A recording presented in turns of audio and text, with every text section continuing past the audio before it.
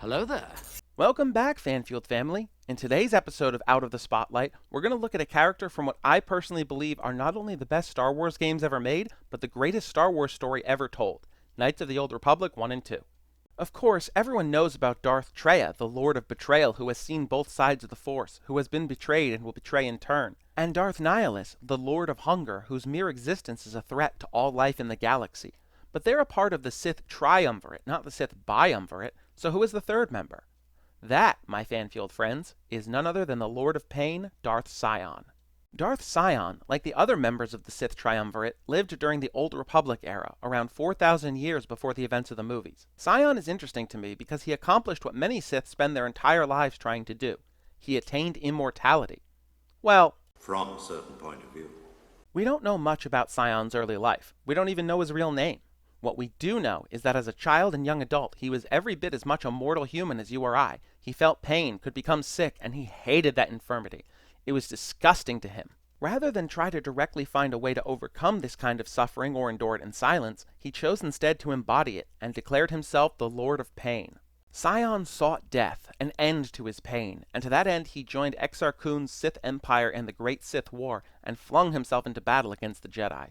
Despite injury after injury, he survived, gradually building up a higher and higher pain tolerance, convincing himself that he was immortal. Of course, such hubris could not last forever, and despite Sion's skill and power in the Force, he was eventually struck down, and for anyone else, this is where their story would end. Sion, however, refused to die. That pain, both the physical pain of his fatal injuries and the wound to his pride, instilled him with such anger and hate that he was able to rise again and destroy his would-be killer. Sion discovered that he could hold his body together through the dark side of the Force by filling himself with his rage and pain. While it was excruciating and forced him to constantly focus on his rage, Sion deemed it a fair price for immortality. Exar Kun lost the Great Sith War, of course, but the galaxy is never at peace for long, and within 2 decades, the Mandalorian Wars broke out, the aftermath of which saw the rise of Darth Revan's Sith Empire. Sion joined Revan's forces, fighting against the Galactic Republic and the Jedi. When Revan was redeemed, Sion was both surprised and disgusted, seeing Revan's redemption as weakness and a betrayal of the Sith. Sion was at the Sith Academy on Korriban in its final days, and he watched as the Sith there turned on each other as the Sith Empire fell apart. While the Sith Empire may have disbanded, there were still Sith Lords in the galaxy with their own shadowy plans, one of which was a woman who had been Revan's original Jedi Master, a woman named Kreia, who had taken on the title of Darth Traya, the Lord of Betrayal. Traya was searching for wounds in the Force in an effort to deafen the galaxy to the Force itself and end its influence, and in her search, she found Sion and another Sith Lord, Darth Nihilus. Together, the three formed a group hidden from the eyes of the Republic and the few remaining Jedi, the Sith Triumvirate, based in the secret Trayus Academy on Malachor V, the final battle of the Mandalorian Wars. At the Trayus Academy, Sion learned more of pain. Of course, to be united by hatred is a fragile alliance at best. And before long, Sion and Nihilus's ambition exceeded Treya's patience, and Sion grew tired of Treya's lessons, her abstract teachings, and the way that her words constantly echoed in his mind. Sion and Nihilus conspired to eliminate her, and while she meditated in the Academy's core, the two attacked her. Sion beat her ruthlessly, the two drained her power with Force Drain, and then Nihilus cut her connection to the Force, and she was cast out.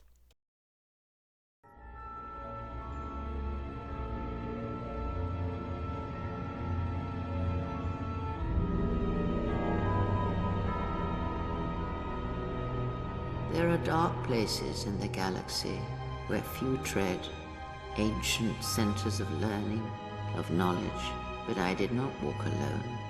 To be united by hatred is a fragile alliance at best.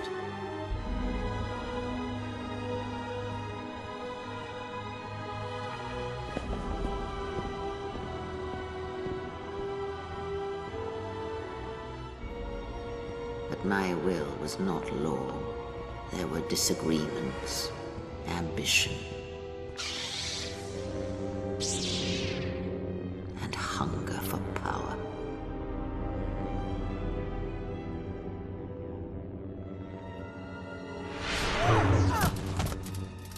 There are techniques within the Force against which there is no defense.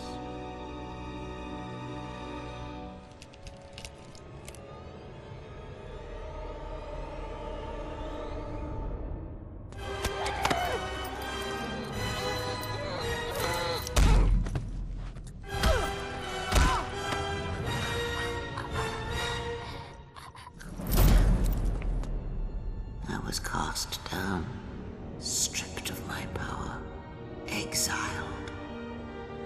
I suffered indignities and fell into darkness.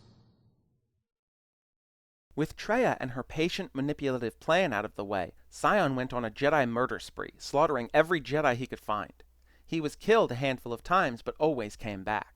By the time he reunited with Nihilus, the Jedi were almost extinct, and many of the remaining Jedi gathered on the Miraluka world of Qatar. Drawn by this mass of Force energy, Nihilus, who was more presence than man at this point, went to Qatar and murdered every living thing on it to feed his ever-growing hunger, with only one survivor, a Force-sensitive Miraluka woman named Visas Mar. The Jedi publicly disbanded, and the remaining Jedi went into hiding to escape Sion and his assassins.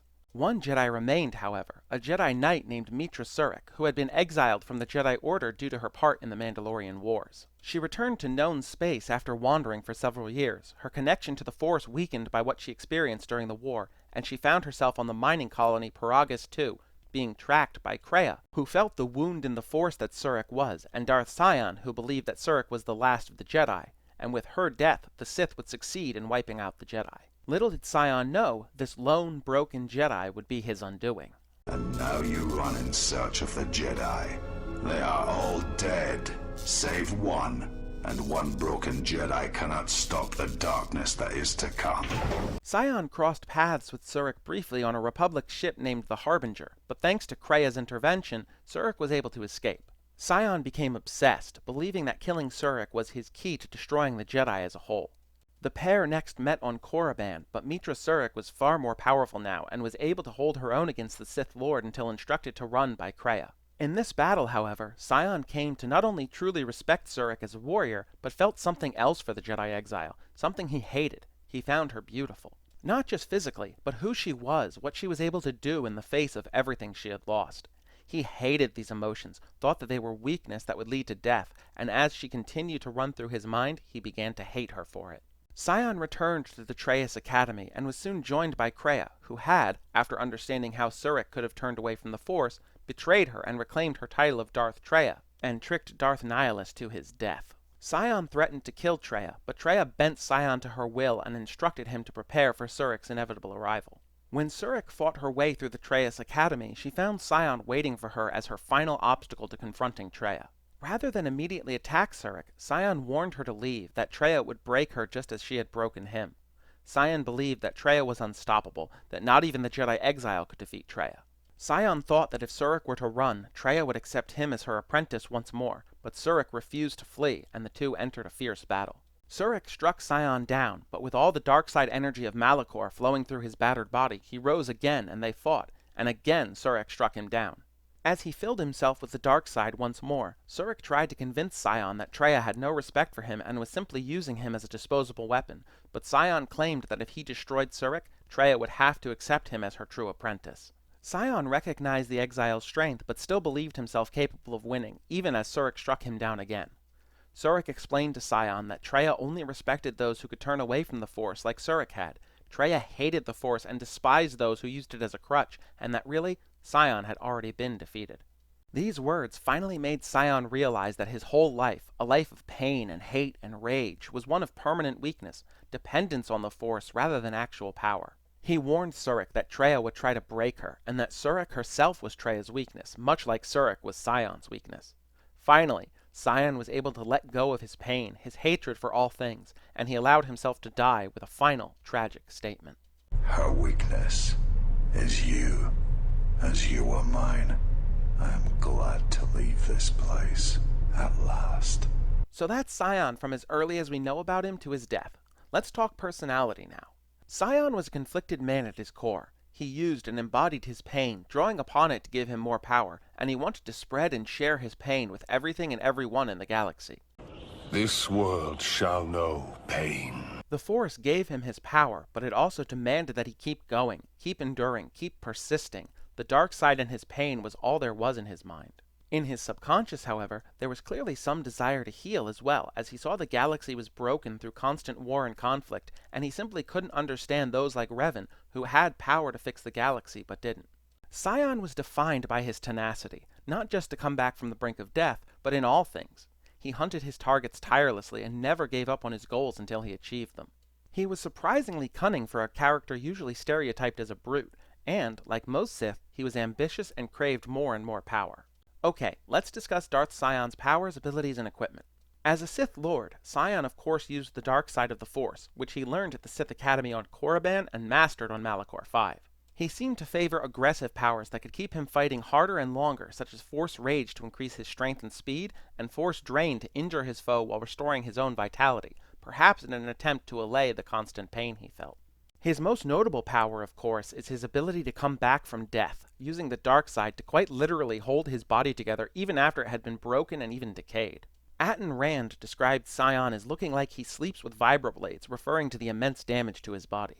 A holo recording on the Harbinger from the medical officer describes Sion's internal body as though every bone has been broken many times and put back together. Checking the survivor from the Sith vessel. I'm not sure whether he's alive or dead, or what's even keeping him together. His flesh is cracked and scarred, and I'm registering several thousand fractures in his skeleton, as if each bone was splintered repeatedly over time, then put back together. Judging from the scar tissue, I believe these wounds took place before his death. If so, he must have been in constant pain. I have no idea what's been keeping him together.